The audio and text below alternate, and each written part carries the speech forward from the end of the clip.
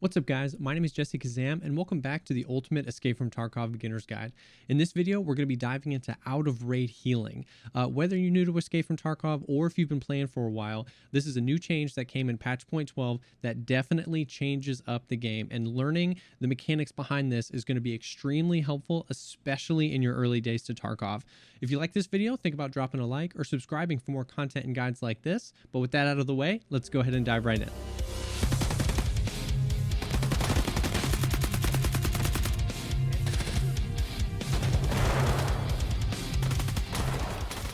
So, out of raid healing really just means that any injuries that you sustain while you're in a raid that you don't heal while you're in that raid are going to carry with you after that raid, and you get an opportunity to heal yourself while you're here at the main menu or in your hideout. But if you don't, when you go into your next raid, whatever happened to you is going to carry over. So if you had a hurt arm or a hurt limb, that is still going to be hurt. If you had a fracture, that's still going to be fractured. If you're dehydrated, you're still going to be dehydrated.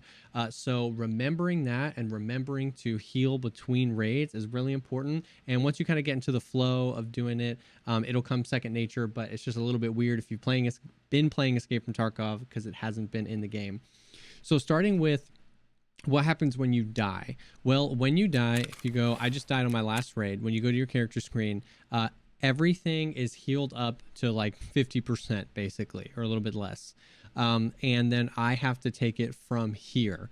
Now, something to note really quick is if I tried to go into a raid, there is this new little warning here saying your character is heavily wounded, you should heal. And if you hover over it, it lets me know kind of the status of my character. So I can choose to run into this raid if I don't have enough money to buy more meds or something like that, or I can back out and go to this tab. So the way the healing works, it's very similar to while it's in raid. I can drag a bandage or drag an AI2, or alternatively, you can use a bigger med like a car med, or right click and click heal all. It's going to consume as much of that as it can.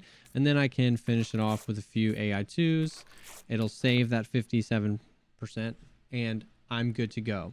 Now, just be aware that also some like status effects and things are going to carry with you. For instance, if I had a fractured leg, I could heal everything all the way up and then still have that fracture when I go into the next raid. So I would need to grab a splint and heal that fractured leg.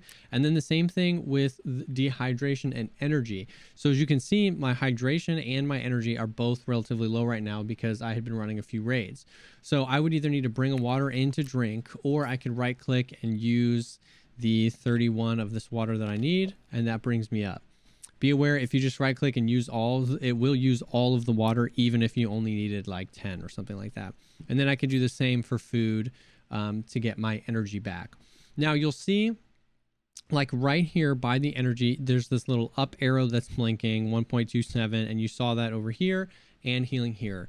So the hideout, so your character will heal over time, and some of the hideout mechanics will help you heal quicker. So the med station here lets you craft meds, but also upgrading this adds health regeneration per hour. The rest space removes negative status effects, energy regeneration rate, and health regeneration rate as you upgrade that. And the heating station also helps with energy regeneration rate. So that's something like if you're struggling with meds or something like that, you don't have enough money to buy meds, you can always just hop out and run something like a scav raid. And then your PMC is going to be healing slowly over time. So depending how long you're in that raid, you can just hop back out and maybe he's fully healed. Maybe your PMC just needs to be topped off or something a little bit. So that's definitely A, good to know, but then B, just know that while you're kind of grinding up your hideout, that might be something you can invest in, not only for the regeneration, but also for being able to craft meds and not necessarily have to buy them. Now, the devs have talked about eventually there's going to be an option when you get out of a raid to just pay therapists to heal you up all the way, so you don't have to worry about keeping meds in your stash, or you just like click that after every raid or something like that. That's not in the game yet. Be looking out for that. So that is kind of basically it, right? So out of raid healing isn't inherently complicated. It's just something that is brand new to the game, and it's really good to kind of understand what's going on, what you need to do, the timing of don't use your meds to heal until you're ready to go into a raid because your character is healing over time. Knowing that something like a fracture or dehydration is going to carry over. You can't just click a car med and click use all. So that's basically it. I hope that this helps kind of you understand and break down just what that means for the game, and how maybe you're going to change your strategy going into your first few raids with this new wipe. Thank you all so much, as always, for taking the time to check out this video. My goal is always to create high quality content that helps shorten the learning curve of Escape from Tarkov and gets you in your raids having fun as soon as possible. Drop a comment below if you have any questions about this video, or if there's any guides you'd like to see me make here in the future. I stream Escape from Tarkov about 4 days a week, and all my links will be down below if you want to stop by and say hey. Thank you again for checking this out, and I'll see you on the next one.